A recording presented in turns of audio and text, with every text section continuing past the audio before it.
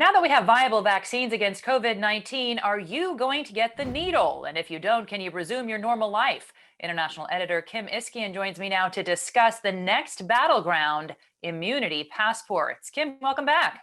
How are you, Jessica?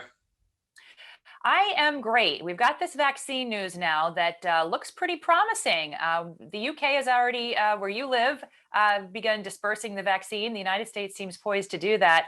You and I both actually already have vaccine passports, which are this yellow piece of paper that lists all the shots that you've had, when and where. We need that to travel internationally, but we don't have to do that yet to just move around our hometown. Is that going to change? I think there's a pretty good chance, Jessica, that at some point businesses will require people to have vaccines, the COVID vaccine, in order to, say, go to a basketball game or enter a store or, go bowling.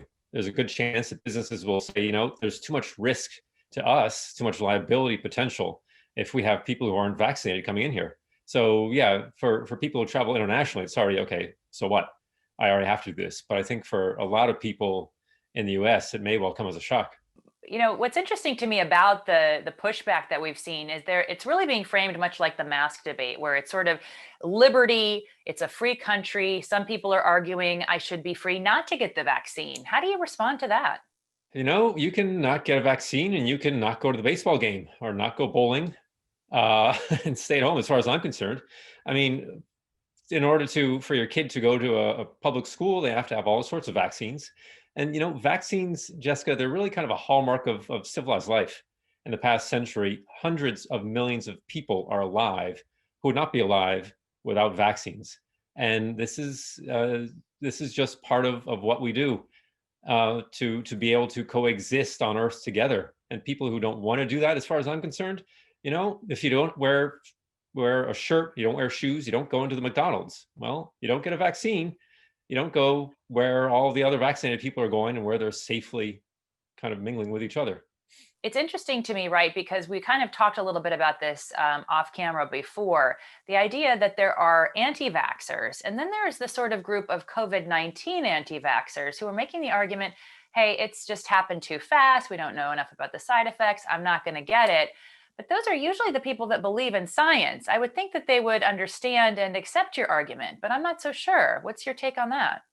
I think they're the hesitators, right? And if you believe in science, you want to see the evidence. And the fact of the matter is, these vaccines have been rushed through so quickly. They haven't had this sort of incubation period, so to speak, that we have with pretty much every other vaccine. You get the chickenpox vaccine, you get polio. They've been used for generations. Everybody knows what happens. The chance of any sort of weird thing happening is virtually zero. But what are the long-term effects of some of these coronavirus vaccines? Who knows? Time just hasn't passed, and you can't really accelerate time. So yeah, you have the anti-vax people, then you have kind of a subset of the pro-vax people, or kind of the cautious, hesitant vax people. And there was a survey done recently that in August, it showed that 77% of people were ready to take the vaccine. In October, that had fallen to 73%. I wouldn't be surprised that when the needle actually, is right at your arm, more people, a bigger percentage, maybe 2/3 of people will say, well, I don't think so. Hold on a second. And that might be a problem for a lot of people. What strikes me is that there's an opportunity to market this vaccine right to those people who want liberty, because in many ways, vaccines give you just that, right? You have the freedom to move around when you're vaccinated. You have the freedom to go to school. You have the freedom to go to the stores that make you have that vaccination, or that baseball stadium. So, what do you see coming down the road in terms of how this will be positioned, and to maybe turn around those statistics? Because we need the majority of the population immunized so that we can move on. Yeah, I think it'll be a question of getting the messaging right, which sounds kind of silly, but there is so much marketing that goes along with this. And face masks should be a slam dunk because they also give you liberty. You can go places and not hurt people. But yet in the United States, that's become such a polarized debate that you haven't really seen that level of polarization elsewhere, and certainly in Europe and a lot of other places in the world. It's just, this is what we have to do. And yeah, with vaccines, it really is, you can do all these things without fear of getting sick yourself or making somebody else sick. One last question about liberty. There's obviously the paper option. I know that people are very freaked out if they think there's going to be some sort of biometric immunity passport required, where some chip in your arm or your phone gets scanned by a given place of work or place of business or school.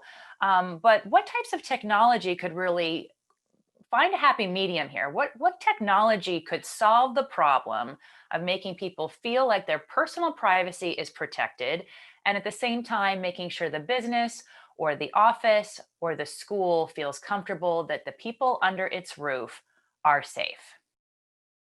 I think it seems that blockchain was almost purpose made for this sort of thing. Because, yeah, the question is, I want to be able to prove something to you, but I don't want you to access it and be able to use it against me. But you still have to be able to be comfortable that it is actually me. And that's kind of a complicated way of putting it, but that is what blockchain solves. And there are some cryptos that are doing this right now. One of them is Civic, that has a whole operation that they've set up to do exactly this. So I wouldn't be surprised if crypto rises to the occasion, to really help out in solving this problem in coming months.